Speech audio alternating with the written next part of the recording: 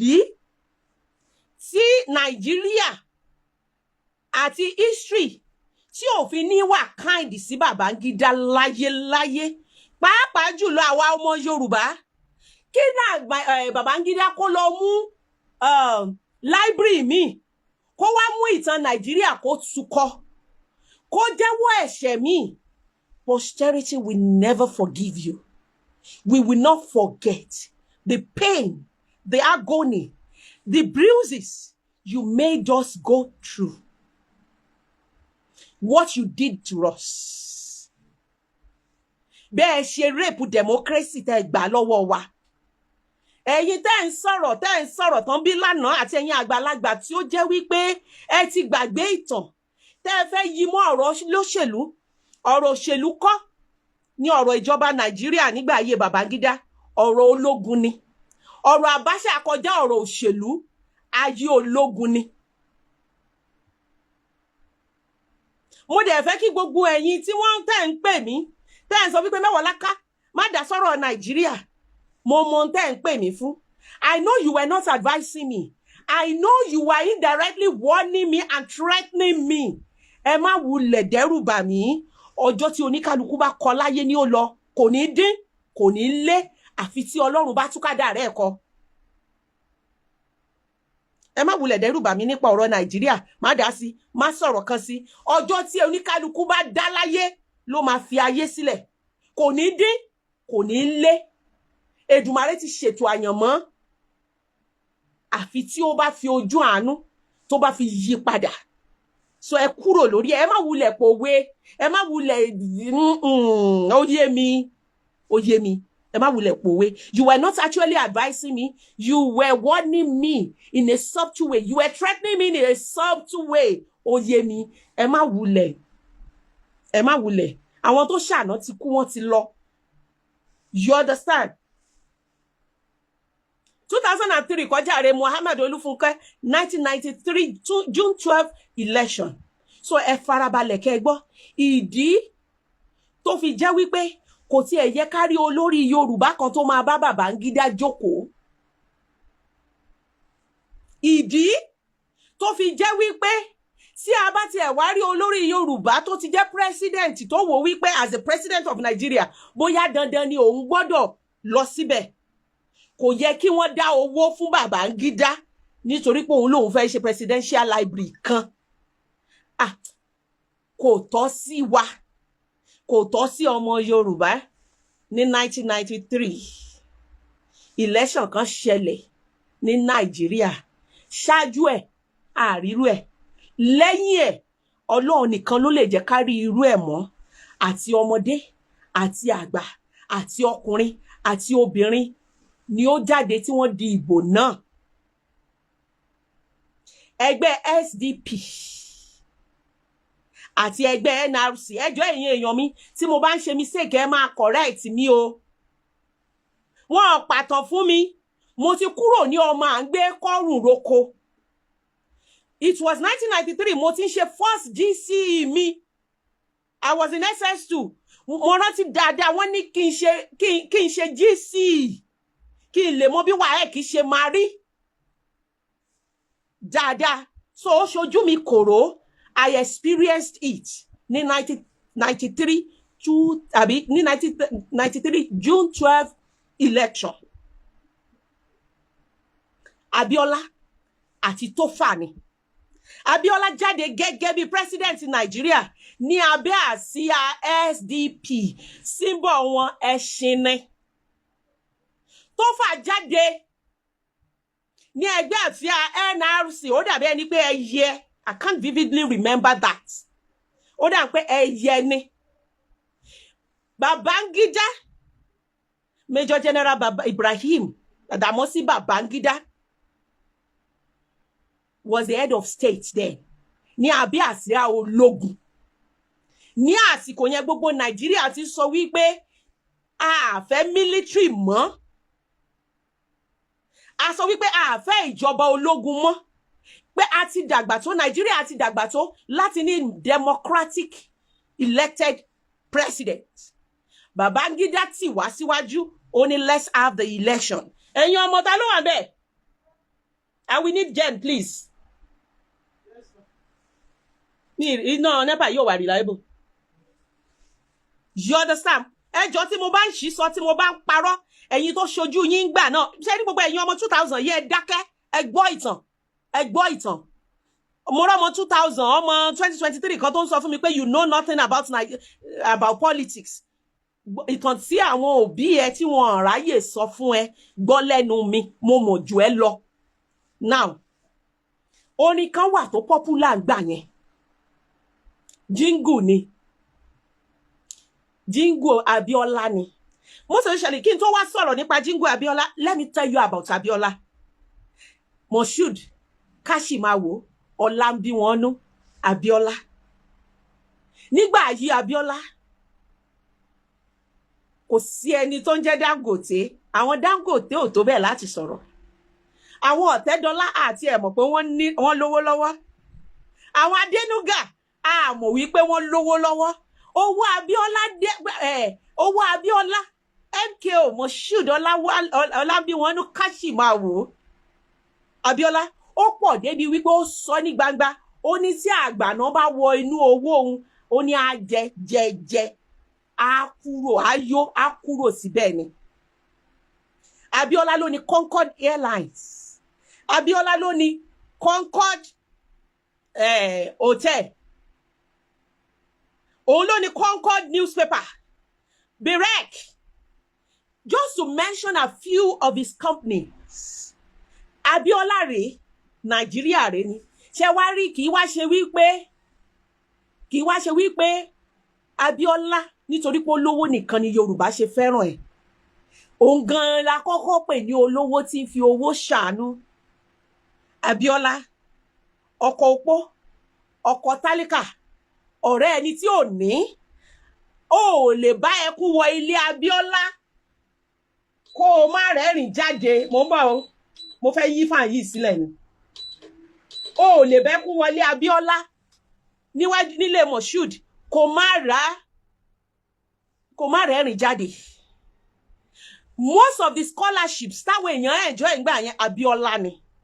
Àwẹ̀ ló ń bọ̀ yìí, most of Ramadan program ń gbà yẹn Abiola ló sponsor rẹ̀. Ó ń sponsor Christian programs. Ẹ̀yin ènìyàn tún máa bá mi sọ gbogbo nǹkan tí Abiola wọ́n ní ìfọ̀kànbalẹ̀ gbogbo Nàìjíríà l'Abiola. Abiola rèé, àwa Yorùbá rèé, a ní Abiola ọkàn wa balẹ̀, olówó tí ń fowó ṣàánú. Abiola mà dá o. Àìmọye àwọn tí Abiola sọ dèèyàn láyé a lè ka àwọn tí Abiola a lè sọ àwọn olórin tó sọ di kíní. Ṣé wá rí olórin tó bá kọ̀ tó lòun ò ka Abiola òkè Abiola kò tí ì kọrin. Tó má gbọ́ Moshood mi Ọláwálé Abiola o. Àlàáfíà ẹ̀mí gígùn kó má jẹ́ tìyẹ kó bá lè kó wá jẹ pẹ́ o. Mi ò mọ̀ wọ́n pé ò ṣe Moshood mi ò mọ̀ wọ́n pé ò ṣe Abiola tó ṣe fónílé. Wọ́n pé ò ṣe Moshood tó ṣe fàlejò. Ògbóúnjẹ ẹ̀fẹ̀gbẹ́ òtù sígbàwó bọ̀. Mi ò mọ̀ wọ́n pé ò ṣe Bàríkì Sàníkì Òbékì kò sẹ́ni tí òkè Abiola olówó tí ń fi owó ṣàánú. So gbogbo Nàìjíríà ló dìde. Àríkẹ́ Alájọ kìí ṣe Ṣínà Peter nìkan. Sanni Okosun ńkọ́ tó kọ àkókò ṣeéṣe mo mọ̀. Òun náà ló sọ Sanni Okosun dèèyàn. Wọ́n pọ̀ lọ bẹ́ẹ̀. Bí mo ṣe ń sọ lọ, Abiola gbàpò sí ìbò. Gbogbo Nàìjíríà dìde nítorí pé kìí ṣe ọmọ Yorùbá nìkan l'Abiola ń ṣe lóore. Àti Haúsá àti Ìgbò lọ̀rẹ́ Abiola. Wọ́n dìde, wọ́n ṣetán láti di ìbò. Àti bàbá ìgbà yẹn tó bá ti jẹ́ 18 years. Tó bá ti jẹ́ 18 years ó lè dìbò. Gbogbo wa tún yáyá a lọ register. You understand? Tó bá ṣe àti register. Ara àwọn orin tán fi ṣe campaign nígbà yẹn àti ìrírú ẹ̀ dọ́là. On the march again. on the march again, looking for Mr. President on the march again. MKO is our man, now he be only hope. Is our man, Ati, I'm tired for this life, na so palava. I'm tired for this life, na so wala. My brother, wait till you don't. MKO, MKO, MKO, progress. Kigigbe, action. Abiola, Abiola, Abiola. You know, those are the jingle. Àwa ọmọdé ńgbà yẹn tó bá ti ń kọ MKO is our man. No. He gave up university 10 million naira each. Do you understand what I'm saying? Ní àsìkò ayé olóṣèlú, àwọn ẹgbẹ́ NRC àti àwọn opposition kan ṣe propaganda kan against ẹ̀. Wọ́n ló ra odidi Bible tó ń bọ̀ nínú ship. Wọ́n ló ní kan drown ẹ̀. That is a kẹ́lẹ̀ mọ̀ wípé ó ti pẹ́ tí òṣèlú tí ó ti ń ba orúkọ àwọn tó dáa jẹ́. Wọ́n parọ́ mọ́ Abiola. Wọ́n ló ẹni tó jẹ́ wípé ó ń fún àti Christian àti Mùsùlùmí ní scholarship. Tó jẹ́ wípé ó ń sponsor Christian programs on TV, on radios. Wọ́n ní ó ra odidi ship. Wọ́n ló ní kàn rí Bible sínú omi. But àwa Nàìjíríà mọ̀ wípé propaganda ni. Nigerians were ready. I wave aside. A sọ wípé Abiola la máa dìbò fún. Wọ́n bọ́ síta. Mi ò tí tó dìbò ńgbà yẹn. I was 16. Mi ò tí tó dìbò. Ṣùgbọ́n mo rántí wípé ìbò kan tí bàbá mi dì nìyẹn tó fi bá ò láyé wípé òun ò tún dìbò mọ́. Ìbò Abiola ni most of àwọn elders tẹ́ rí, àwọn ọmọ Nàìjíríà tẹ́ rí sìn tí wọ́n kì í jáde dìbò kẹ́yìn tí wọ́n gbé ara wọn ṣépè wípé àwọn ò tún dìbò mọ́. Ní kí ló dé tí wọ́n bínú? Ó yẹ kó béèrè lọ́wọ́ mi pé kí ló bínú? Kí ló dé tí wọ́n bínú? Kí ló dé tí wọ́n láwọn ò ní dìbò mọ́? Nígbà tí gbogbo ọmọ Nàìjíríà jáde tí wọ́n dìbò tán, tí à ń retí èsì ìdìbò tó ti wà clearing wípé Abiola ló yege. Ṣé rí ká ní pé wọ́n ka ìbò yẹn ni? Tí Abiola ká sọ wípé Abiola ní 20 tó fà ò lè ní -1 pẹ̀lú ìbò yẹn. Tó fà gan ò tí ẹni rẹ̀ lára, kò dàbí ẹni wípé ó ṣe jingle, kò dàbí ẹni pé ó campaign. You understand? Ṣé ni Babangida dédé jáde ló dédé make announcement. Ní Ibrahim the retired Major General Ibrahim Babangida yìí ló ní the election of June 12th of 1919 had been annulled. Ibẹ̀ láti kọ́kọ́ gbọ́ òyìnbó annulment. Babangida annul ìbò tí gbogbo Nàìjíríà dì. Kí ló ṣẹlẹ̀? Kí là ń gbọ́? Kí ló fa annulment? Kí ló fà? Ṣé kò free? Ṣé kò fẹ́ ni? Ṣùgbọ́n ṣẹ́yìn náà mọ̀ pé nígbà yẹn ayé ológun. Ta ló tó gbéná kojú ewùrà? Àbí ta ló tó gbéná kojú ológun? Àmọ́ a ní àwọn kan tó gbóyà gbà yẹn. A ní Fẹlá Aníkúlápó Kútì. Bó tiẹ̀ jẹ́ wípé Fẹlá Aníkúlápó Kútì ò fẹ́ràn Abiola. I must clarify that. Kò fẹ́ràn bàbá Ọbásanjọ́ náà. You understand? Based on history. Ṣùgbọ́n nígbà yẹn a ní Fẹlá Aníkúlápó, a ní Bàbá Gani Fáwẹ́mi. Níbo làwọn Fálànà wà ń bẹ̀ gbà? Níbo náà wà? Àwọn wo? Àwọn àti tani níwájú tani àti tani. Nígbà yẹn Nigerian Labour Congress leaders wọ́n tí wà compromised. NLC wọ́n ní gbà bó ṣe ń gbé wọn náà tì wọ́n lé náà gbé wọn lẹ̀. Na NURT kì í ṣe president ló yan NURT leader nísìn, kì í ṣe ìsìn tó yẹ wípé president ló máa yan olórí àwọn awakọ̀. Nígbà yẹn they were independent bodies. Pẹ̀lú bí ìlú ṣe le tó tí ológun tó ń gbé èèyàn, you understand, tó ń gbé èèyàn tó ń ṣe. Kí ló ṣẹlẹ̀? Kí ló dé? Gbogbo àwọn òṣìṣẹ́ go on strike. Gbogbo àwọn òṣìṣẹ́ wọ́n go on strike. wọ́n ní we want Abiola. Ìgbà yẹn ni IBB must go. Babangida must go. Ló bá di woro sí woro. Ó di protest. Protest tá ń sọ yìí. Ẹni orí yọ ó dilé. Àwọn èèyàn balẹ̀ jẹ́ wọ́n bọ̀nà jẹ́. Ẹni tó kúkú, ẹni tó lọ sọ́hun náà. Ẹni tó lọ sẹ́wọ̀n lọ sẹ́wọ̀n. You understand? Ẹni tó lọ sẹ́wọ̀n lọ sẹ́wọ̀n. Everybody di woro sí woro. Babangida bá yarí. Àwọn ọmọ Nàìjíríà náà bá jingiri. Olówó ò ní fún wa lódìdí. Àwa náà láwa ò ní ìgbà lábọ̀. Ìyà tó jẹ mí lásìkò yẹn ni wípé no work no pay. Gbogbo àwọn òṣìṣẹ́ Nàìjíríà wọ́n da iṣẹ́ sílẹ̀. Babangida ní tọ́wọ̀n bá ti kí náà pé tí wọ́n bá ti lọ ibi iṣẹ́ wọn ò ní san sálárì. Wọ́n ṣòkú Babangida nígbà tó wà láàyè. Wọ́n gbé pósí Babangida nígbà tó wà láàyè. Tán bá ti ń gbé pósí, tán bá ti ń ráyọ̀tì. Àwọn kílàngó àtúndé, kílàngó là ń pè wọ́n gbà yẹn. Àwọn bí àwọn operation sweep operation kílàngó là ń pè wọ́n gbà yẹn. Ẹni tán bá ti rí, wọ́n á gbé. Wọ́n shoot ọmọ ẹlòmíì, wọ́n tó ta ọmọ ẹlòmíì pa. Àwọn kan wà tí wọ́n kó lọ dè ní tá a mọ̀ bóyá wọ́n kú. Nígbà thank you Akande Adéwálé. Nance àwọn Nigerian student kíní àwọn Nigerian student Nance àwọn náà sọ wípé àwọn ò ní gbà.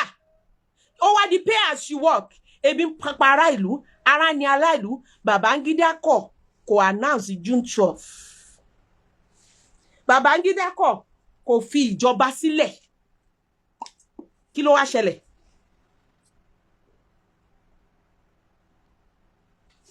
Mo ní ìdá tí mo mi ọ̀rọ̀ yìí gbomi mú. Àwọn ọmọ secondary school ńkọ́? Àwọn ọmọ secondary school ńkọ́? Babangida ló bẹ̀rẹ̀ irú ẹ̀ nílẹ̀ yìí. Ẹ wá máa wo bọ́n ṣe ń arrest, illegal arrest. Kí ló wá ṣẹlẹ̀? Nígbà tí ìlú gbóná. Àjàkàrà Abacha àbí àjàkàrà Babangida. Àwọn èèyàn máa ṣòkú Babangida láì tí kú. You understand? Nígbà tó wá yá tí ìlú le, tí gbogbo nǹkan bàjẹ́. Babangida ò ní option. You understand? Babangida ò ní option. Ó lóun step aside. Mo sọ̀rọ̀ step aside. Ẹ̀yin tẹ́ ẹ mọ̀ tún mọ̀ step aside. Tó mọ̀ bí tí step aside ti wá. Ẹni èmi ni mo sọ wípé mo fẹ́ step aside. Ṣé ìwọ tó ò tiẹ̀ mọ̀ tó originate stepping aside ló ń bá mi argue lórí ọ̀rọ̀ Nàìjíríà? You understand? Ó lóun step aside. Ó gbéjọba lé Ṣónẹ́kàn lọ́wọ́. Interim government. Babangida ti develop so many vocabulary o. Ọdún ẹ̀ náà ni decree 419 ti jáde o. Ìgbà yẹn ni wàhálà 419 tó wá di bí ẹni wípé stylishly wọ́n legalize jìbìtì tó máa ní iṣẹ́ ọpọlọ ni wọ́n ń ṣe. Ìgbà yẹn ni 419 wá pọ̀. Ẹlòmíì ò mọ̀ bí sí wọ́n ti originate 419. Decree Babangida kan ni Nigerian constitution kan ni 419.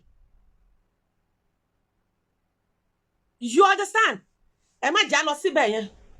Babangida ló step aside.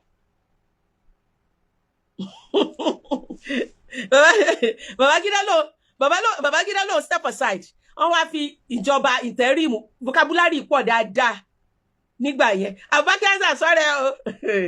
Wọ́n bá fi ìjọba fìdí ẹ Ṣónẹ́kàn NS Ṣónẹ́kàn wọ́n bá fìdí gẹ́gẹ́ wú sórí àga. Ìjọba fìdí ẹ wọ́n ló máa wà níbẹ̀ tí wọ́n fi máa ànáàtì Abiola, òun ló máa gbé ìjọba Fábíọ́lá, òun ló máa ṣe kinní kan Fábíọ́lá, òun ló máa ṣe. Mi rò pé fìdí ẹ lo oṣù kan àbọ̀sẹ̀ méjì. Ẹ rán mi létí. Ẹ jọ̀ọ́ ẹ rán mi létí ọ̀sẹ̀ méjì ní àbóṣù kan.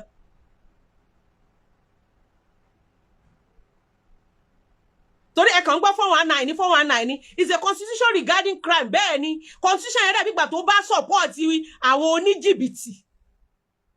After 3 months ẹnìkan èwo ni kí n wá gbọ́, ẹnìkan ní 3 months, ẹnìkan ní 8 months. Èwo ni ẹ sọ̀rọ̀ jàre.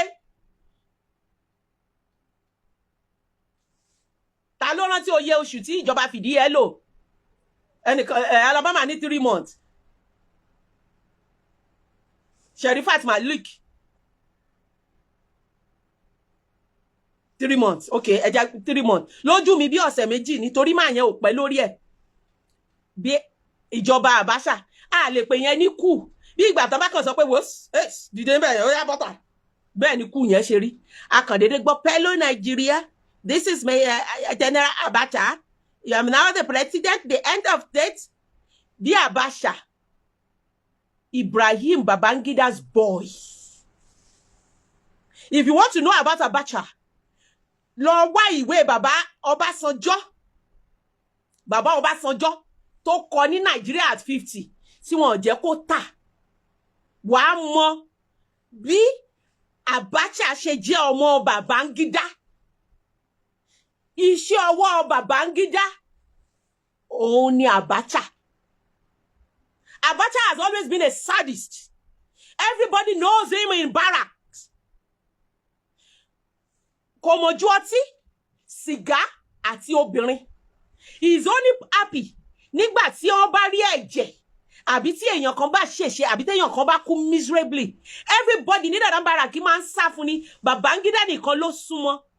Ọbásanjọ́ jẹ́ ká mọ̀ wípé òun ló ń ṣe believe Babangida nígbà tó pèrè ẹ̀ ní evil genius. Tó ṣe rò wípé Abacha sì máa save òun tó dẹ̀ máa lóyà sí òun.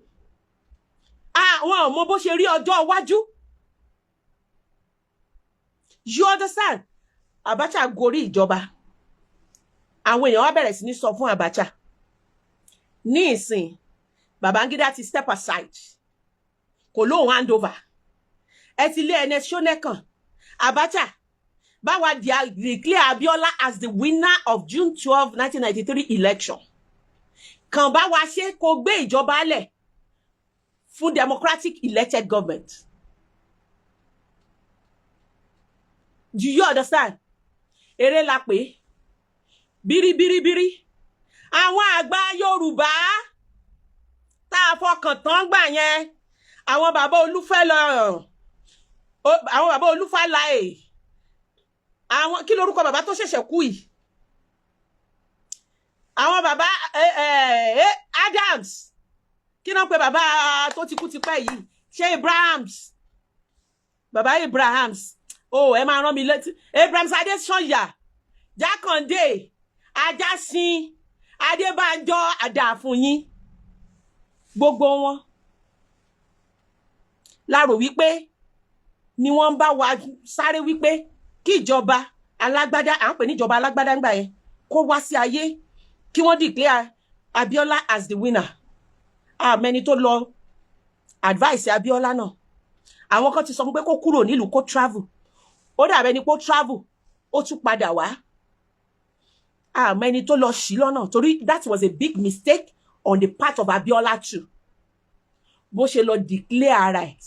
Bẹ́ẹ̀ ni Ayọ̀ Adébánjọ. Bó ṣe lọ declare rẹ̀ as the winner of 1993 June 12 election, which is very, very unconstitutional. Torí mi ò ní parọ́ fún yín o. It was very, very, very unconstitutional. Ló bá di gallo, no bá gbé.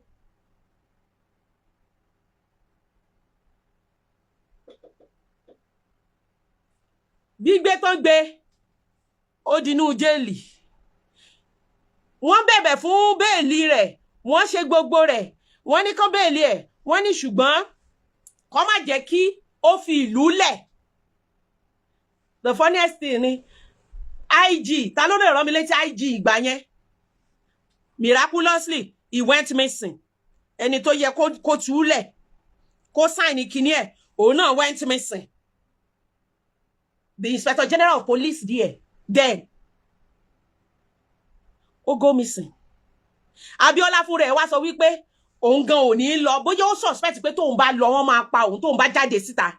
Until tán bá declare òun as the winner of June 12, 2023 election. Bá a ṣe wọ̀ nìyẹn.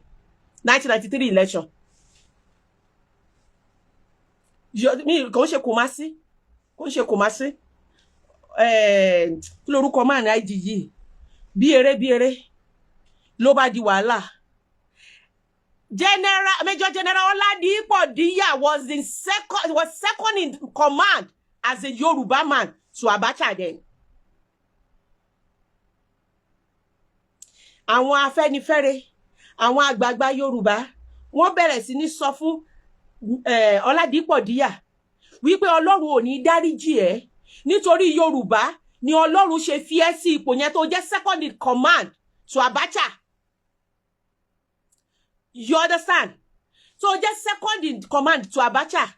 Lo office here, láti influence Okiro, thank you. Lo office here, láti influence Abacha, láti release Abiola, kó dẹ̀ gbé ìjọba fún. Ṣebẹ́yìn lẹ rán Major, ṣebẹ́yìn lẹ rán Diya níṣẹ́. Ẹ̀yin Yorùbá, ẹ̀yin àgbààgbà Yorùbá. Ṣebẹ́yìn lẹ sọ fún Diya pé torí àwa Yorùbá lọ́lọ́run ṣe second ni Abacha ṣe favor ẹ̀. Tó fi di second in command. Ṣebí nígbà tí Abacha bẹ̀rẹ̀ sí ní rí wípé loyalty Diya ti wà shaking, ó ti wà in the interest of the Yorubas. Ni wọ́n lo Bama yìí láti fi set Diya up. There was a coup plot, but it was a setup láti bring Diya down. Bama yìí was the masterminder. He called for the coup plot and assured Diya of his support.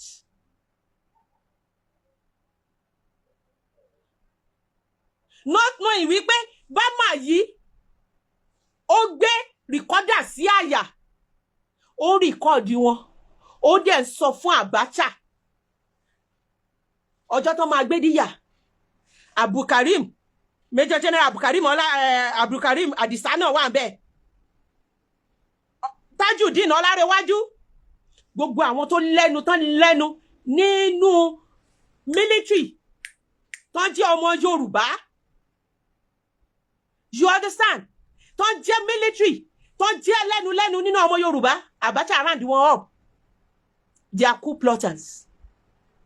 Major General Diya was brave enough to have asked. Nigeria will never forget that statement. Only where is Bama yi? He is the planner, the coup plotter. He is the masterminder behind this coup plot. Only this is the first time whereby a case of setup will turn to a case of coup plot.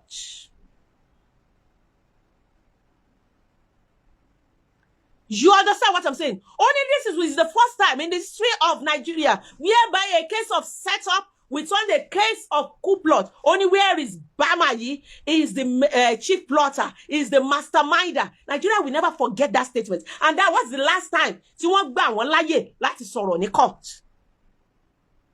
Eventually, wọ́n pe àwọn lọ́balọ́ba, wọ́n pe Ọba Èkìtì, wọ́n pe bàbá yìí Oyèkán, the late Oyèkán of Lagos. Wọ́n pè wọ́n láti fi edited version níbi tí àwọn people yìí ti jẹ́wọ́ wípé lóòótọ́ làwọn ṣe coup plot, because Abacha was buying public opinion then. You understand?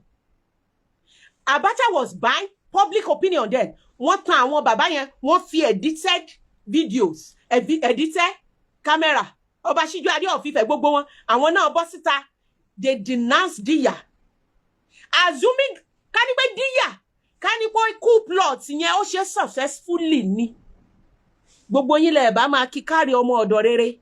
Gbogbo àwọn àgbààgbà Yorùbá tí wọ́n bẹ̀ fún àtìlẹ́yìn ẹ̀ láti support wọn, láti release Abiola lọ́gbà ẹ̀wọ̀n, ni wọ́n bá máa take glory yẹn náà, bá máa share ẹnu glory yẹn wípé àwọn làwọn rán níṣẹ́. But nígbà tí páńpẹ́ ọba mu, all the àgbàs of Yorùbás, they denounce him. Wọ́n sọ wípé ẹni ibi ni, gbogbo wọn bẹ̀rẹ̀ sí ní sọ tí wọ́n padà lẹ́yìn Diya, wọ́n dá ẹjọ́ ikú fún Diya àti àwọn tó kù. Wọ́n ní kí wọ́n lọ pa wọ́n. Ẹ má gbàgbé o, Professor Wole Soyinka was one of the activists then that ran into exile, that became a fugitive.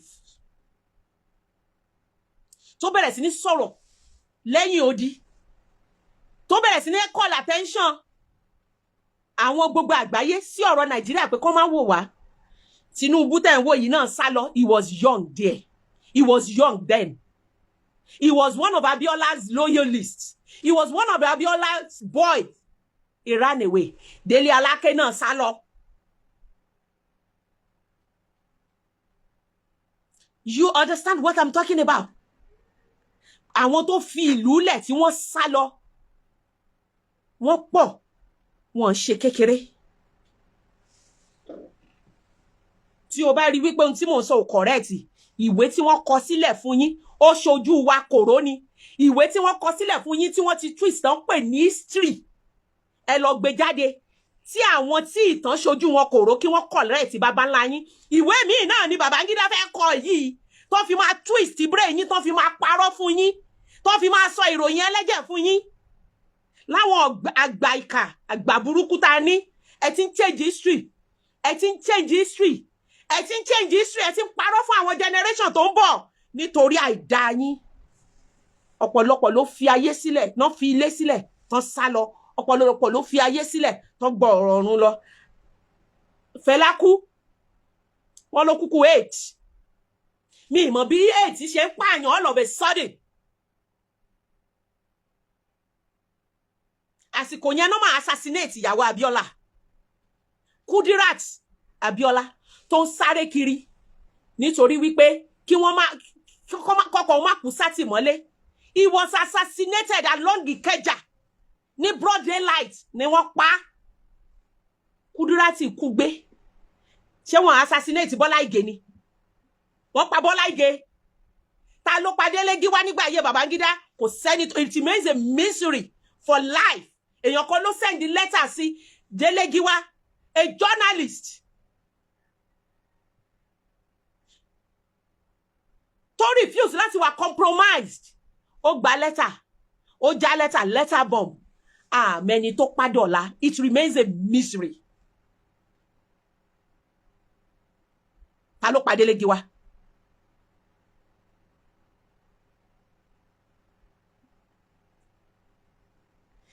Wọ́n dájọ́ ikú fún díyà. Ẹ wá jẹ́ ìran yín létí. Kí ló dé tí bàbá Ọbásanjọ́ fi ṣẹ̀wọ̀n? Kí ló dé tó fi arrest Yar'Adua? Wọ́n arrest wọn fún coup plot. Wọ́n ní coup plan. Òyìnbó máa pọ̀ láyé ìgbà kìíní. Wọ́n ní wọ́n plan coup. For coup planning. Kí ni ẹ̀ṣẹ̀ bàbá Ọbásanjọ́? Ọbásanjọ́ spoke the truth to power. Ọbásanjọ́ sọ fún Abacha kó jẹ́ kí àwọn ẹgbẹ́ alágbádá wọlé.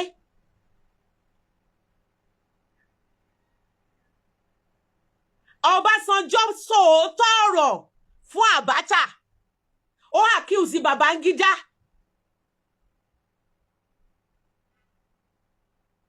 Do you understand? Ó accuse Babangida for being an evil genius. Wọ́n pè ní Maradona.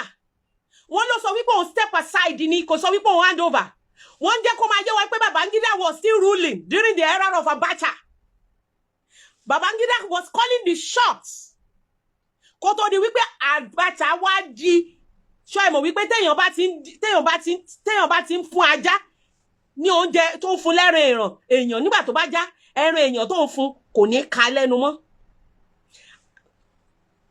You understand? Mumba, ẹ jẹ́ mú mi.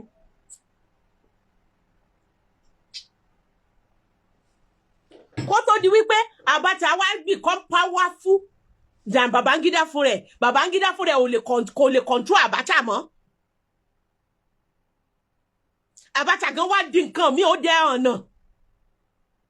No, 1997 ni wọ́n arrest àwọn díyà. Ó dẹ̀ ń pé 1995 ni wọ́n sentence Ọbásanjọ́ àtàwọn tó kù sí 30 years imprisonment. Set ọ̀tọ̀ọ̀tọ̀ ni. Bọ́n kan tá kàn rí ni wípé gbogbo àwọn àgbààgbà Yorùbá, gbogbo àwọn ọmọ Yorùbá tó lẹ́nu ní military, tí wọ́n lẹ́nu nínú military, ni wọ́n demote, ni wọ́n bring down, ni wọ́n bayé wọn jẹ́. Èyí tí wọ́n sentence to death, wọ́n demote ẹ̀, wọ́n sack ẹ̀. Èyí tí wọ́n sack, wọ́n sentence ẹ̀ to prison. Àsìkò yẹn if you are wondering wípé tó jẹ́ kí ló dé tó jẹ́ pé àwọn Haúsá ló wà níwájú, kí ló dé jẹ́ pé àwọn Haúsá ló pọ̀ jù nínú military, ohun tó ṣe wá nìyẹn, iṣẹ́ ọwọ́ Babangida àti Abacha ni o.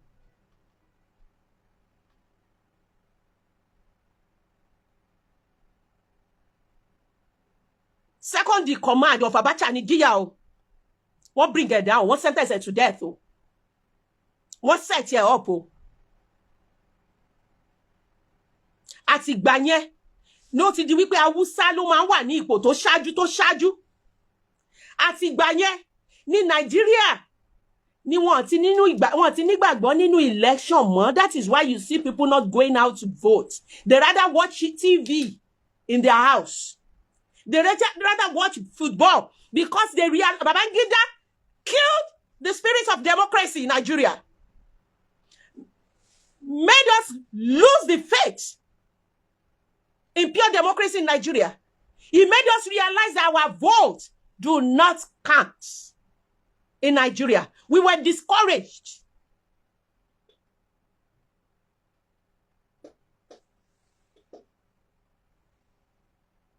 You understand? We were discouraged. We were robbed.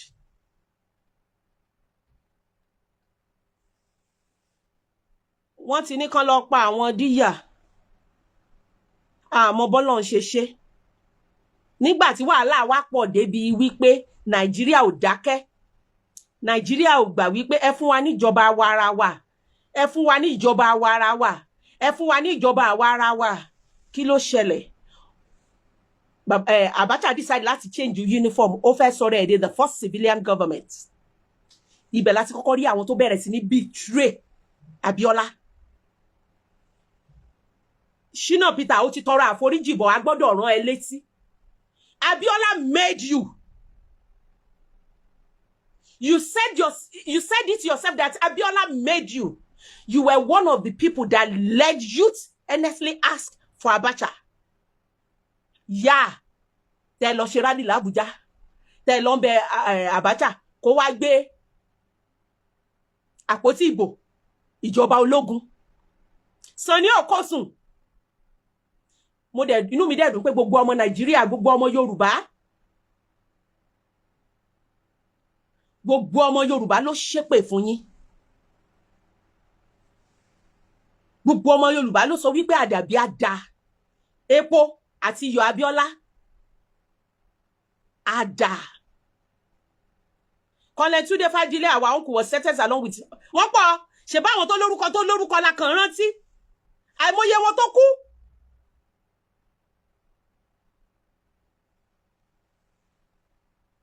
Àwọn tí plane dà sí Èjìgbò ń kọ́ ní Ìsọlọ side gbogbo Yorùbá àti Ìgbò pẹ̀lú àwọn kíní ẹ rí pé kò sí Fúlàní kan tí wọ́n thank you.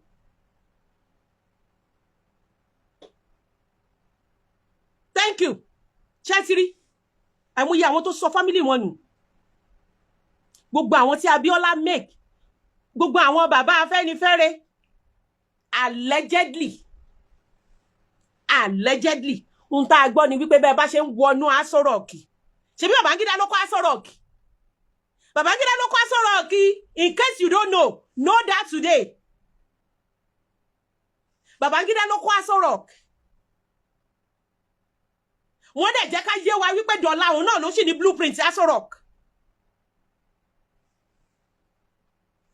Do you understand? Ibo ni mo sọ̀rọ̀ dé jàre. A gbọ́ wípé báwọn àgbààgbà wa bí wọ́n ṣe ń wo Aso Rock. Bẹ́ẹ̀ ni wọ́n gbé Ghana Must Go jáde. Bẹ́ẹ̀ ṣe ń wọlé lẹ̀ ń gbé Ghana Must Go jáde. Àwa ọmọ Yorùbá dẹ̀ ń kú. Ọmọ Nàìjíríà ń béèrè fún democracy. Bẹ́ẹ̀ náà ń gbé àwọn kan. Àwọn tí wọ́n bá ti sọ̀rọ̀. Tọ́n bá ti sọ wípé wọn ò ṣe dá nínú kí wọ́n kú mysteriously. Nínú ká dédé gbọ́ pé wọ́n sùn wọn jí mọ́. Nínú ká dédé gbọ́ wípé ayádasasin pa wọ́n. Àìmọye àwọn tó kú. Àìmọye oníwèé ìròyìn tó bá ti rí òótọ́ tó fẹ́ sọ tó sọnù.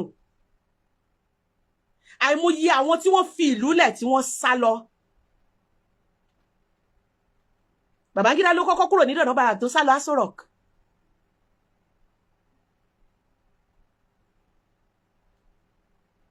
àwọn tó wọlẹ̀ nínú ìsọlọ ńkọ́ wọ́n ṣèsìn fún wọn bẹ́ẹ̀ ni wọ́n lè yọ play yẹn dọ́là. Ṣùgbọ́n Ọlọ́run tó nífẹ̀ẹ́ Nàìjíríà, bóyá ká ní wípé Abacha ò bá kú, ó ṣeéṣe ká sì wà lábẹ́ Abacha di ọ̀la bí mo ṣe ń sọ yìí, kó máa pe ara rẹ̀ ní ìjọba ológun, ìjọba alágbádá, kan ti amend constitution sí nǹkan tó suit wọn. Ṣe la sùn lọ́jọ́ kan, wọ́n ti sọ wípé kí wọ́n lọ pa àwọn díyà. Ọbásanjọ́ àti Yar'Adua ti wà lẹ́wọ̀n, ṣe rántí. Yar'Adua ni o, Ṣéhù ẹ̀gbọ́n eléyìí tó kú next yìí ni o. Yar'Adua àkọ́kọ́ ni o, torí ọ̀pọ̀lọpọ̀ yín ò mọ̀ wípé Yar'Adua kan wà kí Yar'Adua eléyìí tó kú di president tó kú, kí Goodluck Jonathan tó di president yìí, mọ̀ pé ẹ̀gbọ́n ẹ̀ gangan la mọ̀. Musa Yar'Adua. Ṣé òun ni Musa? Òun ni Ṣéhù Musa Yar'Adua, àbúrò ni Umaru àbí? Torí mo máa ń gbórúkọ wọn fúnra wọn. Inú ẹ̀wọ̀n tóun àti Ọbásanjọ́ ń ṣe lọ́wọ́ ló kú sí.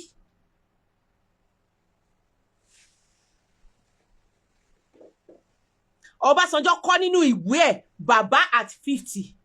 Ó ní àwọn ti gbọ́ wípé wọ́n sọ wípé wọ́n máa mú dókítà kan wá láti wá ṣe medical check up fáwọn, ṣùgbọ́n òun ti gbọ́ wípé kóun má gba abẹ́rẹ́ àbí kóun má gba oògùn lọ́wọ́ dókítà yẹn, wọ́n fẹ́ pa àwọn ni. Ó lóun sọ fún Yar'Adua ọ̀rẹ́ onígbà yẹn.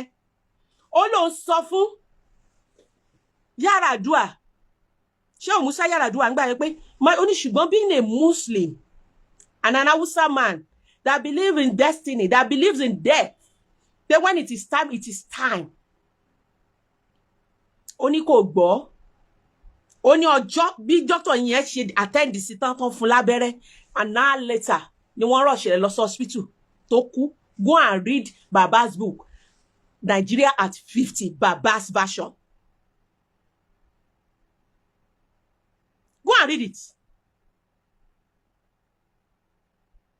Yar'Adua ò ṣe ẹnikẹ́ni, kò plan kú. Ibẹ̀ ni Ọbásanjọ́ gan ti resign sí fẹ̀yìntì wípé ibẹ̀ ló máa kú sí.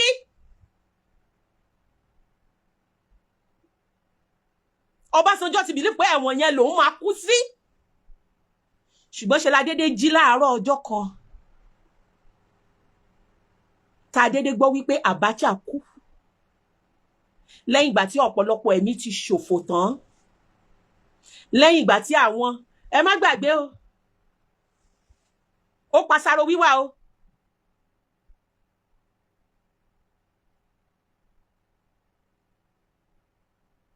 Ṣe la dédé gbọ́ ní June 8 wípé 1998 wọ́n pa Bọ́lá Ìgè tó máa ń fún Ọbásanjọ́ ní Ifò. Ṣe la dédé gbọ́ wípé Abacha kú. Eré ni, àwàdà ni. Abacha kú kẹ̀. Ṣé wípé ó lè kú?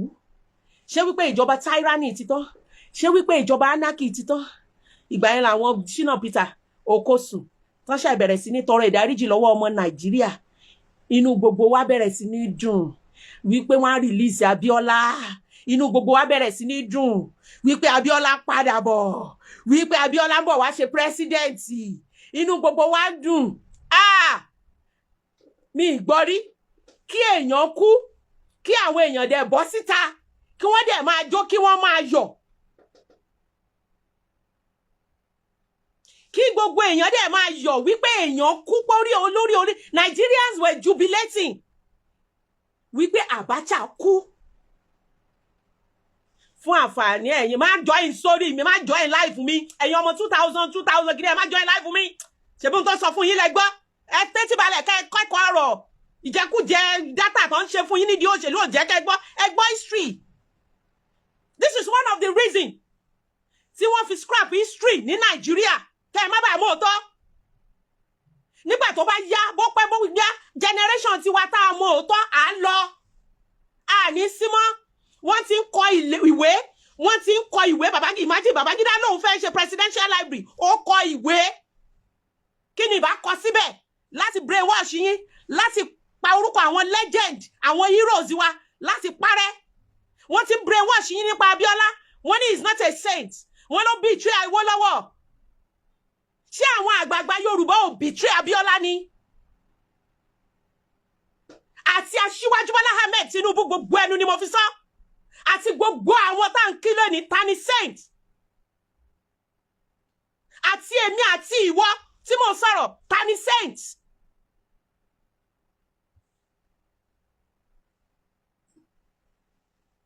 Àtèmi Mewolaka tí mo sọ̀rọ̀ yìí ta ni saint.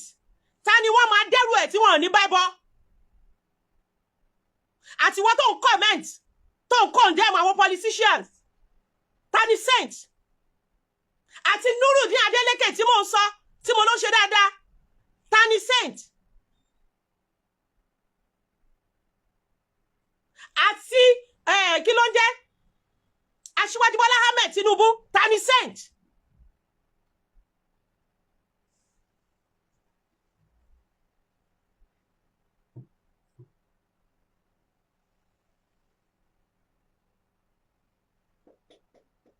Ìgbà yẹn CNN la máa ń gbọ́ jù. Ìgbà tá tó gbọ́ nínú CNN pa Abacha kú ní everybody tó lè jó. Àmọ́ nǹkan mà ti bàjẹ́. Wọ́n ti gbẹ́sẹ̀ lé gbogbo iléeṣẹ́ Abiola pátápátá. Concord Airline. Wọ́n ti gbẹ́sẹ̀ lé Concord newspaper. Tá ti máa ń gbọ́ authentic news.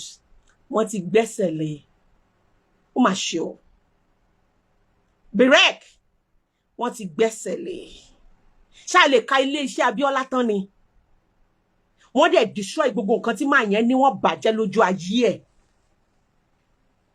The same man tó bá kíní ọ̀hún jẹ́ tó gbẹ́sẹ̀ lé nǹkan ní ẹ̀lẹ́ lọ ń dá almost 70 billion fún òun fẹ́ kọ́ library. Kí ni fate àwọn ọmọ Abiola? Àwọn ọmọ Kudirat Abiola ńkọ́? Kí ni fate wọn? Ta ló rántí kan Saro wíwà nínú yín? Àwọn ọmọ Bọ́lá Ìgè ńkọ́? Àwọn ẹbí Délégí wá ńkọ́? Nigerians will never forget. No. Nigerians will never forget. Ilé Abiola tó da oró ńkọ́? Àwọn ọmọ Díyà ńkọ́? Major General Ladipo Díyà. Volkswagen Company Abiola ńkọ́? Ẹ lọ dá 70 billion fún Babangida tó bá wa dé ibi tá a wà yìí. Tó bá yí ọ̀pọ̀lọpọ̀ jẹ́. Aṣíwájú Bọ́lá Ahmed, president wa. Ẹ̀yin Abiola lẹ máa ń dúró sí.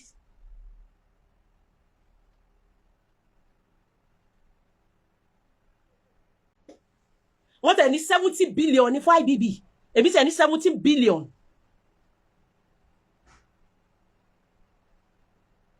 Ọmọ Abiola ni yín.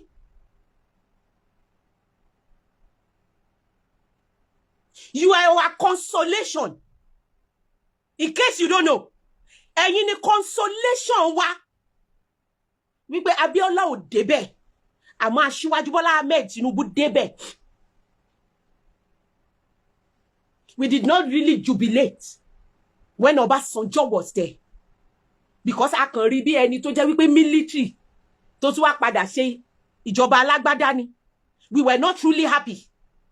Because Obasanjo never supported Abiola wholeheartedly. Obasanjo was one of the antagonists of Abiola. So we could really support Abiola. He was the one that told us Abiola was not the messenger we were looking for. So Obasanjo was neither with the military nor with us. But you were this consolation the Yorubas had.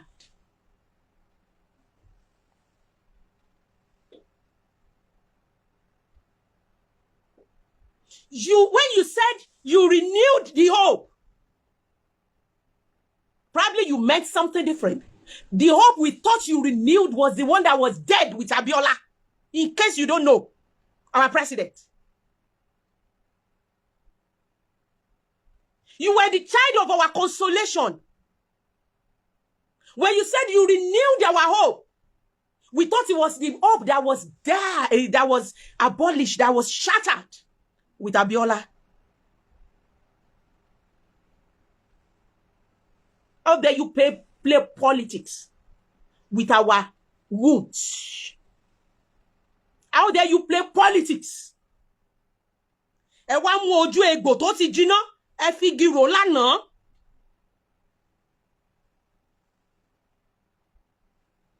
Ojú egbò tó ti jiná, ṣe lẹ fi gírò. In case you don't know. Yes, you were the president. What happened to the children and the family of your boss? Tó bá jẹ́ pé lóòótọ́ ni Babangida fẹ́ make restitution lánàá, why were the Abiola's children absent?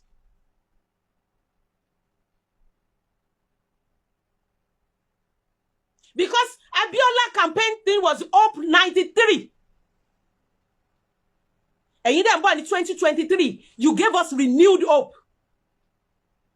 Lásìkò yẹn ẹ ń pariwo ẹ̀yin ló kàn, Yorùbá ló kàn.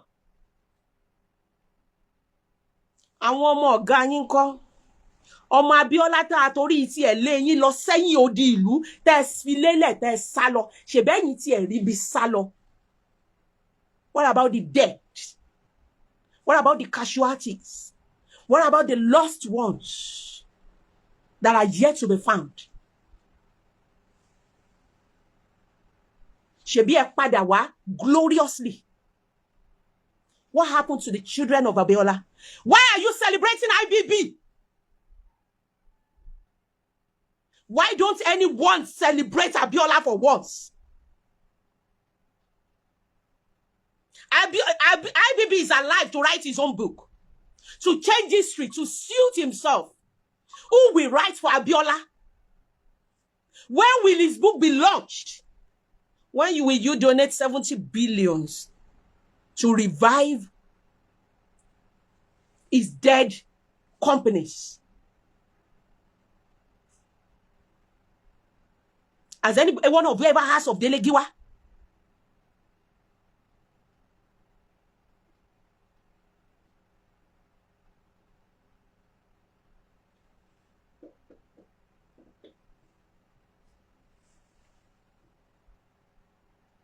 Àwọn ọmọ Kudi ńkọ́, how are they faring? Why tó ṣe jẹ́ wípé bàbá Ọbásanjọ́ wọ́n ṣe gbé microphone fún wọn bí kí lorúkọ bàbá vice president yìí, former vice president yìí ṣe sọ̀rọ̀, kí Ọbásanjọ́ náà wá sọ̀rọ̀, kó wá wojú ọ̀rẹ́ friends to friends tán jọ serve ní military, kó wá bá sòótọ́ ọ̀rọ̀.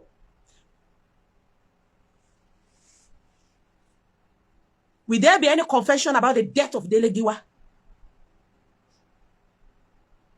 Must you play politics with anything? Some fools, some idiots were telling me, wípé kí n dákẹ́. You are the president of Nigeria. Embracing Babangida is necessary. In what way, sir? What has embracing Ibrahim Babangida got to do with Nigeria economy? How does it affect us? Of what benefits it is to us? Buhari gan tán jọ jẹ́ ọmọ apá ọ̀dọ̀ ọ̀nà wọn lọ́hùn, ó celebrate Babangida. Abiola ló celebrate. Abiola ló recognize. Why you? Is Babangida even worth it?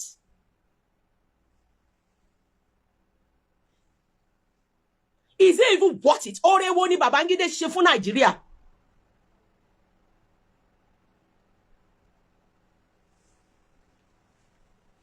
Ore wo ló ṣe fún Nigeria?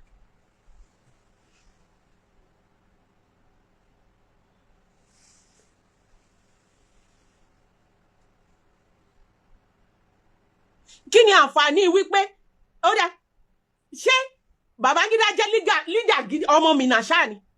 Kì í ṣe ọmọ Hausa gan to the core. Minna ń bẹ̀ yẹn ni. Kábà ní sọ wípé tá bá embrace peace, àwọn Hausa lè má dìbò fún yín. He has always been there. Nobody recognized him. Nobody gave him anything. Nobody kò tí respect fún gan látọ̀dọ̀ àwọn Hausa. As a matter of fact, wọ́n respect Abacha jùlọ. Kí lẹ lọ ṣe lánàá? A gbọ́ wípé ọ̀dẹ̀lẹ̀ máa ń pè wá. A gbọ́ wípé ẹ máa ń rí wa bí òpònú. But must you rub it on our faces? Must you make it so obvious that you do not even respect our feelings.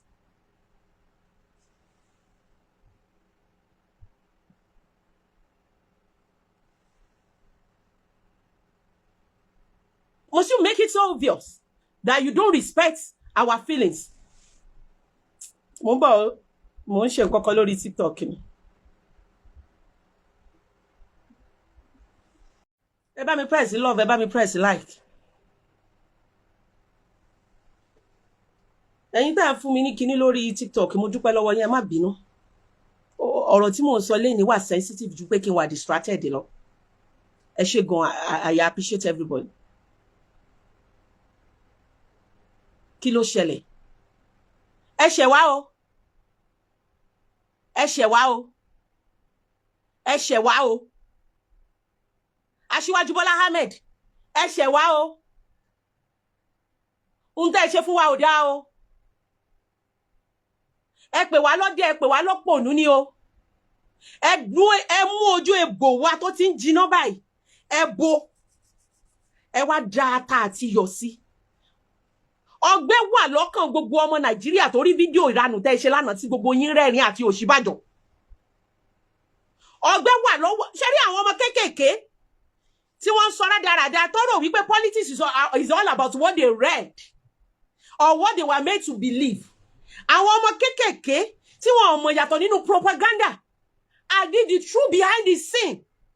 The children that knows nothing and they believe they know so many things. The children you scrap history for. Jẹ́ kí wọ́n ṣe history in school. The children that believes everything copied and pasted on social media may not really understand the pains of the adults. They may not really understand bí àwọn tó yé ń gbà yẹn tó ṣe ń hot bó ṣe ń dùn wọ́n. They may not really understand. Ṣé àwọn ọmọ tí ò tiẹ̀ mọ Abiola? Ṣé àwọn ọmọ tí ò mọ Bọ́lá Ìgè San? Ṣé àwọn ọmọ tí ò tiẹ̀ mọ ẹni tó ń pè ní Saro Wíwà? Ṣé àwọn ọmọ tó kàn jẹ́ wípé ohun tó fi rántí Fẹlá ni wípé ó fagbó? When we talk about Fẹlá Aníkúlápó Kútì, all they think about is igbó. Bàbá tó máa ń mu igbó tó máa ń kọrin. Wọ́n mọ impact Fẹlá. Wọ́n máa sọ wípé Fẹlá was an activist. Wọ́n mọ ìtumọ̀ ẹ̀, wọ́n mọ iye ìgbà tó ń gbé Fẹlá, wọ́n mọ kú tó pa ìyá Fẹlá gan. They may not really understand. Ṣé àwọn ọmọ tí ò mọ Kúdírà àti Abíọ́lá? Ṣé àwọn ọmọ tí ò mọ Símbì àti Abíọ́lá? Ṣé àwọn ló fẹ́ understand Awólọ́wọ̀? Ṣé àwọn ló fẹ́ mọ Dípọ̀, General Ọládipúpọ̀ Díyà? Ṣé àwọn náà fẹ́ mọ how tough it was during the reign of Abacha? Àwọn ọmọ tí ó experience àwọn ọlọ́pàá kill and go. Kill and go ni. Ta ló fẹ́ mú wọn? Ó lè má yé wọn. They might be writing rubbish.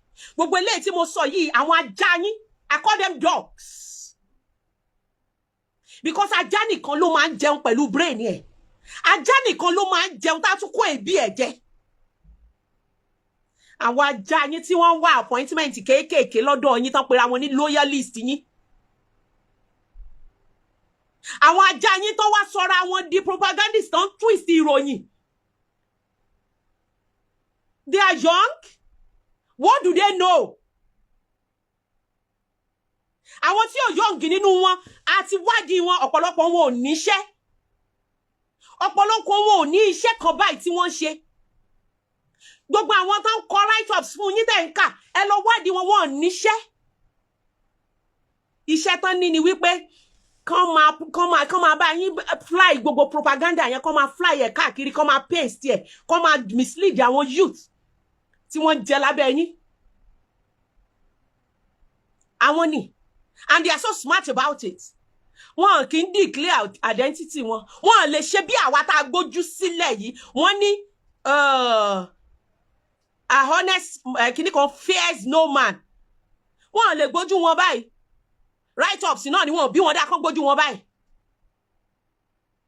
Because they are evils.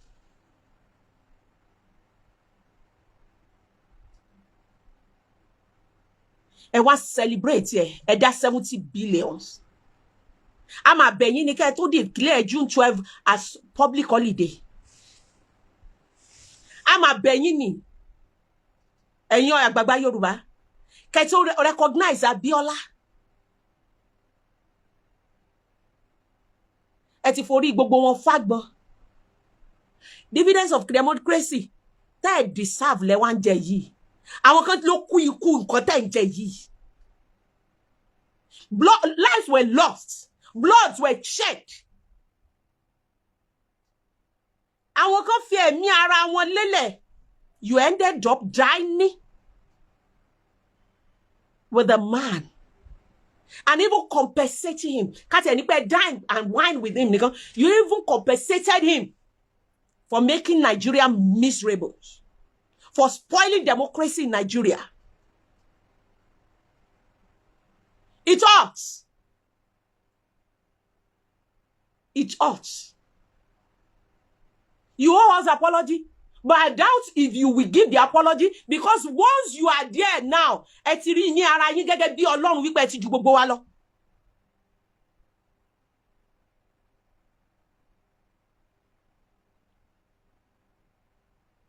You owe us a lot of apologies, but I doubt it if you will apologize, because you are now playing God. Ẹ ti gbàgbé ibi tá ẹ ti ń bọ̀. Don't make the June 12 election about you. Yours was minor. You ran away, yes. You were part of it, but some people stayed and died. Some people were jailed.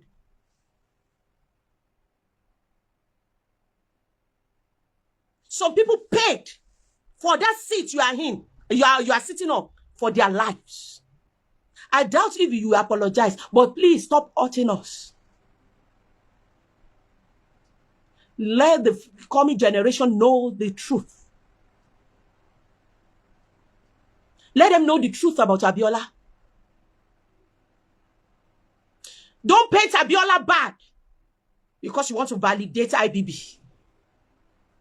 Let them know about the fallen heroes of democracies. Even blood were not shed by independence in Nigeria. Remind people about that great journalist, Delegiwa. Let them know about Kudi. Let them know about Bola Ige. They are the two true heroes of democracy. In fact, Baba Obasanjo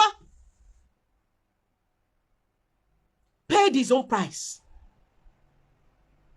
Baba Obasanjo won't release it on Kotomo Wipeni to jail you untiku. Let them know about Umar Shehu Musa Yaradua. Let them know about Abu Karim Adisa, Major General Abu Karim Adisa. Let them know about Tajuddin Olarewaju. Let them know about Major General Oladipo Dia. Stop hurting us. Stop calling us fools. Enough of these political games you are playing with our lives. Yes, politicians will always be politicians. You will play your dirty game. And we are begging you, play it within your party. Play your games within your party. Stop playing the games at the detriment of our lives.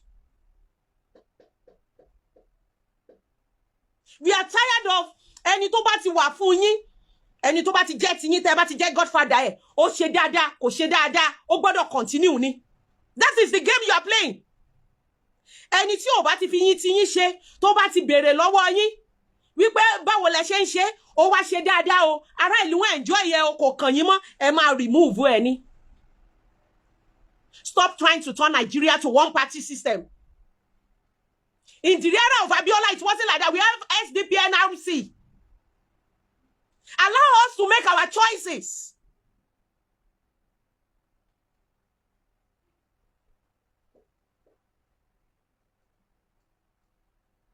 Allow us to make our choices. Stop victimizing people for their political choices. Nigeria can never be one party system. Sorry, Jare Gani Fawemi. Shetiro Olarewaju. Lukman Adekunle Tani Tajuddin Olarewaju was a general in the army. Arrested alongside with Gia. Allow people to make their choices. Stop imposing people on us.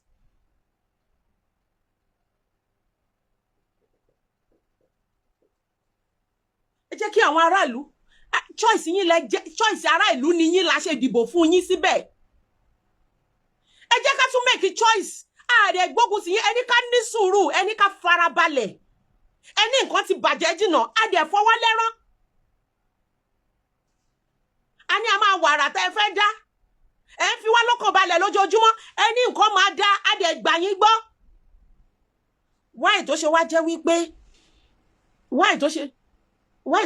wípé ẹni tí ò bá ti fi yín ṣe, ẹni tí ò bá ti sọ wípé bàbá sọ pé, ẹni tí ò bá ti leak fit yín, ìjọba tí ò bá ti ṣe ìjọba ti yín, tẹ́ ẹ bá rí gbà lọ́wọ́ wọn lódindi, ẹ gba ọ̀nà ẹ̀bùrú wọlé. You are cutting corners. Our judiciary system has been compromised.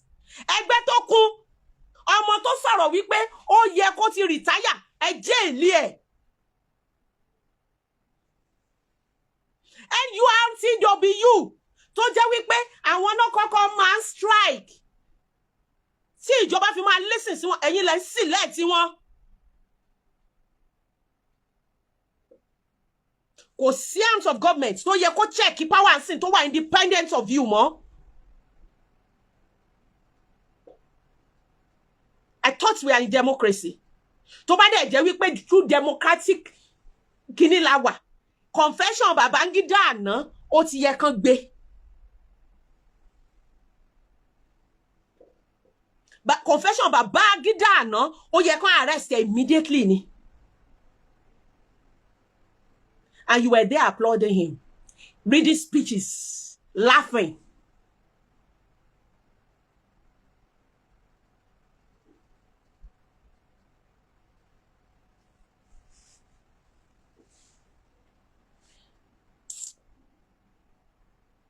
Ẹ̀yin mi. Ọlọ́run á wà pẹ̀lú wa. Ọlọ́run á gbàdúrà wa.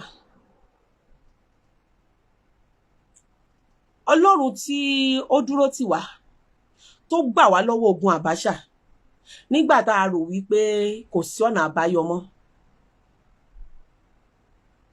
Ó sì wà lórí ìtẹ́. Mo mọ̀ wípé Ọlọ́run fẹ́ràn Nàìjíríà. Torí tí Ọlọ́run ò bá fẹ́ràn Nàìjíríà, ohun tó ń ṣe wá ní Nàìjíríà yìí, tó bá ṣe ìlú ibòmíì ni, wọ́n á ti fi irú ìlú bẹ́ẹ̀, wọ́n á ti fi pàtàn. Ṣùgbọ́n Ọlọ́run tó gbé wa dúró kò ní dójú tì wá.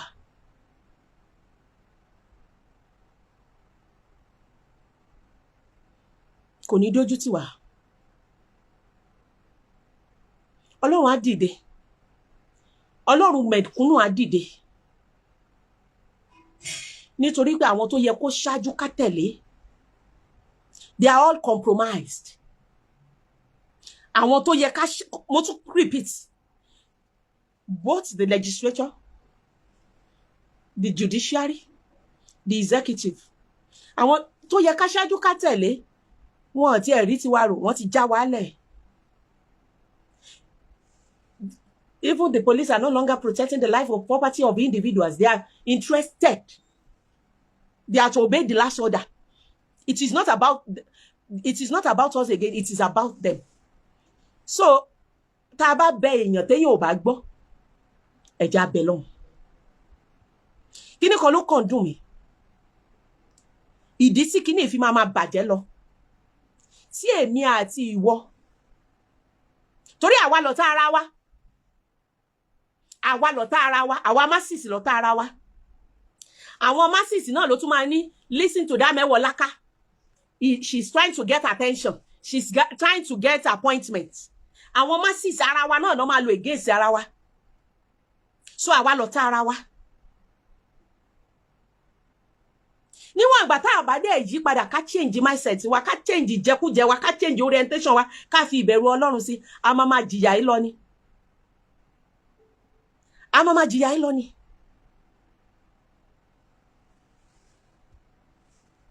A máa jìyà yìí lọ ni. Ẹ máa rí àwọn ajá wọn báyìí.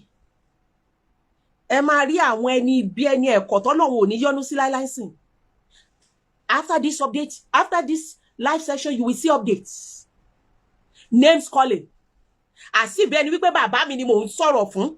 Àfi bí ẹni wípé àwọn ọmọ tèmi, àsì bí pé tí ìbá ṣe torí masses ni mo ṣe sọ̀rọ̀. You will see name calling. Just because of peanuts. We have been compromised. Ẹ jọ̀ọ́, ẹ jẹ́ ńlá mọ́lẹ̀. Ṣé MC Olúọmọ? Sí MC Olúọmọ tó jẹ́ NURT national leader ló máa call for strike báyìí. Ẹ jẹ́ ká ronú. Ṣé MC Olúọmọ tó ní ọpẹ́lọpẹ́ Ṣèyí Tinubu àti ọpẹ́lọpẹ́ àwọn politician àti ọpẹ́lọpẹ́ bàbá lòun fi dépò ló máa wá sọ wípé ẹ̀yin onímọ́tò oúnjẹ wọn ìlú le o, ara ni ará ìlú o, a ní ṣiṣẹ́ ọ̀sẹ̀ kan as a warning strike for the president. Torí bóyá ẹ mọ̀ wípé a ti wà compromised. Tí dá mi lóhùn. Àbí labor leader tó lọ béèrè fún increment of salary. Tí wọ́n sọ fún wípé okay, a máa increase owó. Ẹ má worry. A máa increase owó tó jẹ́ wípé ọjọ́ kejì náà increase owó epo. Tó jẹ́ pé tó bá tẹ̀ wá fún wọn ní 200,000 naira as minimum wage. Kò sí tó bí dá nínú wọn tó máa lo mọ́tò. Ṣé ló máa call for strike mọ́? Àwọn tó máa ń pe strike nìyẹn gbà yẹn tó fi máa ń ní effect. Tí gọ́ọ̀mẹ̀ntì fi máa ń mọ̀ lára. Tí gọ́ọ̀mẹ̀ntì fi máa pè wá fún dialogue. Àbí àwọn youth wa tán ti sọ di data boys. Tí wọ́n fún ní crumbs ló tún máa lead the protest mọ́. We have been compromised. Èyí tó wá jẹ́ ìbànújẹ́ àti ẹ̀dùn ọkàn fún mi jù. Àwọn gómìnà wa ò dìmọ̀ ẹ̀ fit láti ṣe dáadáa sí wa mọ́. Wọ́n ní federal power. Wọ́n ní federal might. Even if you are not happy with their regime, even if you are not happy, even if they are not doing any projects, so far they are member of APC. Wọ́n mọ̀ wípé federal might máa gbé wọn wọlé ní state level. Tí wọn ò bá wọlé through the election, wọ́n máa cut corners. You go to the court, who are the judiciaries?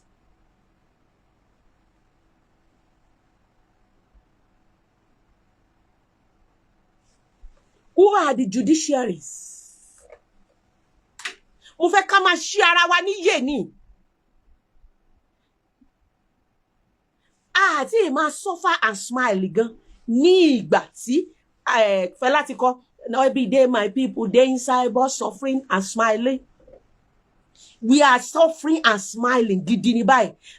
The funniest thing is àwọn tó tún oppress wa a tún máa protect wọn. Ẹni bá tún sọ wípé wọ́n oppress wa ní báyìí, ara wa náà ló tún máa dìde against ẹ. Tó tún máa sọ fún wípé ẹ má dá lóhùn ó fẹ́ ganu sí ni o. So who would speak truth to the power? You speak against them, they destroy you.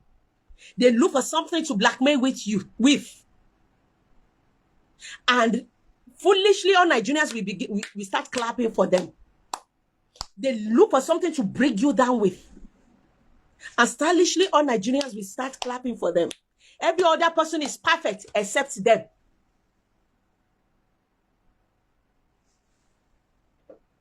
Every other person is good except them. Once you speak against them, when their friends say something, they ought to have listened to and make amendment. They tag him betrayer. They tag him enemy of the state. Hello, wo Ọ̀ṣun. Hello, wo nǹkan tó ṣẹlẹ̀ l'Ọ̀ṣun. APC are claiming victims. Meanwhile, àti APC àti PDP no kọlu ara wọn. PDP coup, APC coup. But lórí social media, who are the one claiming victims? APC. Because of what? They have federal might. They have federal backup. Their leader is the president's nephew.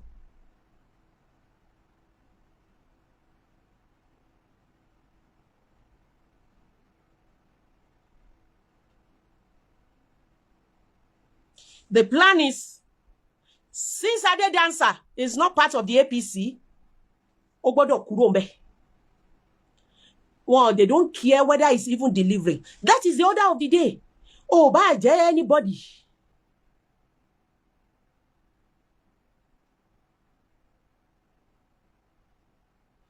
Oh, bá jẹ́ anybody. Oh, bá máa mú inú ará ìlú dùn. Oh, bá máa deliver. They careless. It has to be APC. Tó bá wá jẹ́ APC. Tó tiẹ̀ ń gborí àwọn èèyàn kọjá. Tó sanwó tó ṣe nǹkan kan. Don't worry. You are immune to being voting out. A dẹ̀ ń wòra wa. A dẹ̀ ń ṣe ọ̀tá ara wa. Nítorí ohun tá a máa jẹ.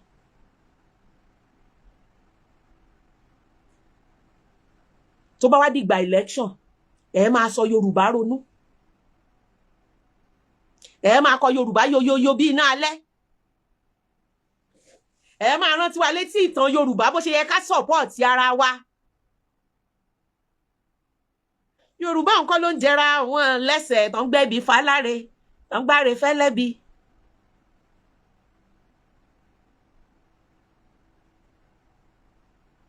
Kí ló ṣe wá? Àwa ló yẹ ká wà nípò ìṣáájú, a wà lẹ́pọ̀ ẹ̀yìn nítorí pé bámúbámú ni mo yó, mi ò mọ̀ pé bí ń pọ̀ mẹ́ni. We have always been compromising. No wonder the Igbos do not respect us. No wonder the Awusas will never regard us as anything. When it comes to our stomach, when it comes to our being in a position of power, we care less about each other. We are not loyal to each other. It's all about us. It's all about us. Selfishness. It's all about us. Who will rescue us? Nobody. Except we rise up and rescue ourselves. Except we rise up and speak with one voice. That is when they will respect us. That is when they will listen to us. That is when they will regard us. But once they have the power to use divide and rule for us, once they have the power to send our families and friends to us to tell us not to dabble into politics, not to speak against politicians, not to praise politicians, not to commend the ones that are doing good, not to speak against those that are doing bad. Tá bá tin threaten ara wa pẹ̀lú hired assassin, tá tin threaten ara wa pẹ̀lú pé wọ́n máa pa ẹ́, wọ́n máa bà ẹ́ lórúkọ jẹ́, then we will continue to suffer. We will continue to be brainwashed. Mi ní sọ jù bẹ́ẹ̀ lọ. Àbà ọ̀rọ̀ náà sọ fọ́mọlúàbí. Tó bá dénú ẹ̀, kó lọ dodindi. Ebi ò pa mí o. Ìyà ò jẹ mí o. Lágbára Ọlọ́run. Wọ́n ta abọ́ iyọ̀ kan ní 1 million. Inú owó ni màá ti máa mówó tí màá ti máa rà. Nítorí pé mi ìró ibi sí orílẹ̀-èdè Nàìjíríà. Nítorí pé mi ì ní kíyà máa jẹ mẹ̀kúnnù. Nítorí mo èso wípé kí mẹ̀kúnnù kú sínú ìyà.